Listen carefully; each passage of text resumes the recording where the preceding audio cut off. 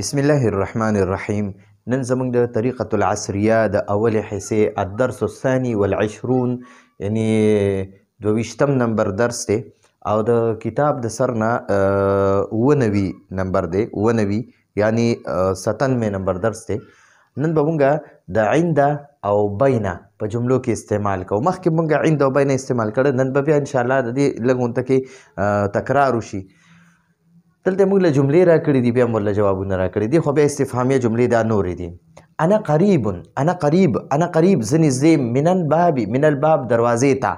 انا قریب من الباب زه دروازې ته نږدې یم. انا قریب من الباب زه دروازې ته نږدې یم. انا عند الباب زه دروازې سره یم. انا عند الباب زه دروازې سره یم. انا قریب زه نږدې یم من النافذة کړکۍ ته، زه کړکۍ ته نږدې یم، زه کړکۍ سره نږدې یم. انت عند النافذة، انت عند النافذة ته کړکۍ سره یې، ته انت ته عند النافذة کړکۍ سره یې. ٹھیک شو جی. عند مضاف، النافذة مضاف الیه. محمود، محمود، محمود، محمود یادی. بین عابد و شاهد، بین عابد و شاهد. محمود د عابد او شاهد مینس کې دی، یعنی دا محمود دی او یو طرف ته شاهد دی، بل طرف ته عابد دی. نو محمود د عابد او محمود د شاهد مینس کې دی، مینس کې دی. ٹھیک شو جی. نو محمود بین عابد و شاهد، محمود د شاهد او د عابد مینس کې دی. فاطمه، فاطمه، فاطمه، فاطمه. بین زینب و سعیده، بین زینب و سعیده د زینب او د سعیدی مینس کې ده. فاطمه بین زینب و سعیده، فاطمه د زینب او د سعیده مینس کې ده.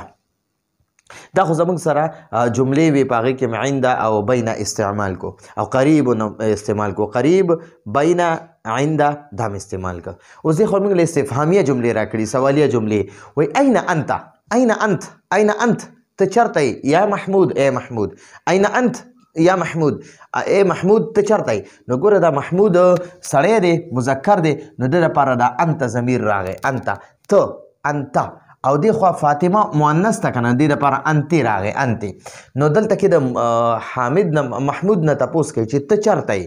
این انت یا محمود، ای محمود ته چېرته یې. هغه جواب کوي انا بین عابد و شاهد، انا زه بین عابد و شاهد د شاهد او د عابد مینس کې یم. انا زه بین عابد و شاهد د عابد او شاهد مینس کې یم. دا مضاف دی بین، او عابد و شاهد معطوف معطوف علیه مضاف الیه شو. بیا سوال کوي وای این انت. اوس د جنۍ نه تپوس کوي، دلته د هلک نه تپوس کولو این انت، او دلته د جنۍ نه تپوس کوي این انت یا فاطمه، ای فاطمه ته چېرته یې، ای فاطمه ته چېرته یې. هغه جواب ورکوي انا. ګورئ دا انا ضمیر ته وګورئ، دا سړی او ښځه ځان لپاره استعمالوي یو شانتې.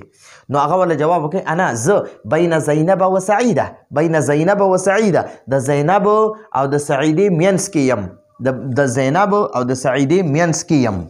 بیا ترې تپوس کوي این اختکی، این اختکی د جنۍ نه تپوس کوي چې ای جنۍ ستا خور چېرته ده. این اختکی، این چېرته ده، اختو خور کی ستا. نو چې سړي نه تپوس کوي نو هغه ته به وایي اختو کا، اختو کا ستا خور. او چې ښځې ته وایي اختو کی نو هغې ته به کاپ باندې زیر وي. این اختو کی، این اختو کی ستا خور چېرته ده، ای جنۍ ستا خور چېرته ده. هغه ورله جواب ورکوي اختي، اخت خور ته وایي اختي زما خور. عند الوالده، عند الوالده مور سره ده، اختی زما مور. عند الوالده دا اخت مضاف او دا یا ضمیر ورسره مضاف الیه، دا یا ضمیر مضاف الیه. نو د دې به داسې معنی کې زما خور، زما خور د یا معنی ده زما او اخت معنی ده خور. زما خور عند الوالده، دا عند مضاف او والده مضاف الیه. د دې ترجمه به هم دقه شانتې کې ښه جي. اول مور سره، مور سره ده. اختی زما خور عند الوالده مور سره ده. بیا ترې تپوس کوي هل عندها، یو جنۍ یادوي چې هغې سره، عندها ضمیر د مؤنث دپاره استعمالېږي. هل معنی ده آیا، عندها هغې سره، هغې سره ساعتون ګړۍ ده. هل عندها ساعتون آیا هغې سره، هغې سره ګړۍ ده. نو جواب ورکوي نعم او جی عندها هغې سره، عند مضاف او د ها ضمیر مضاف الیه. عندها هغې سره ساعتون ګړۍ ده.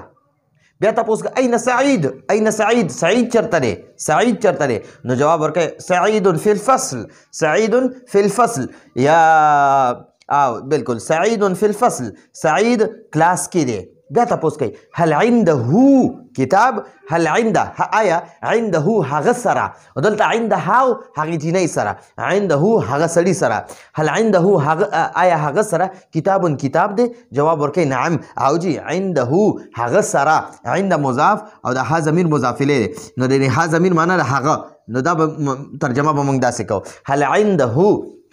هل عنده کتاب آیا هغه سره کتاب دی جواب ورکوي نعم او جی عنده هغه سره کتاب دی نو دا موږ له جملې راکړې وي چې دا جملې تاسو په دې کې سوالونه کړي او اخوا جملې چې دي په دې کې قریب عند او بین استعمال شوی نو انشاءالله د الدرس الثاني والعشرون یعنی د 22م درس سبقونه ختم شو دینه پس په انشاءالله موږ تمرین حل کوو او دا 97 نمبر درس نو راتلونکي درس پر اجازه غواړو هذا هو المرام والله اعلم بحقيقة الكلام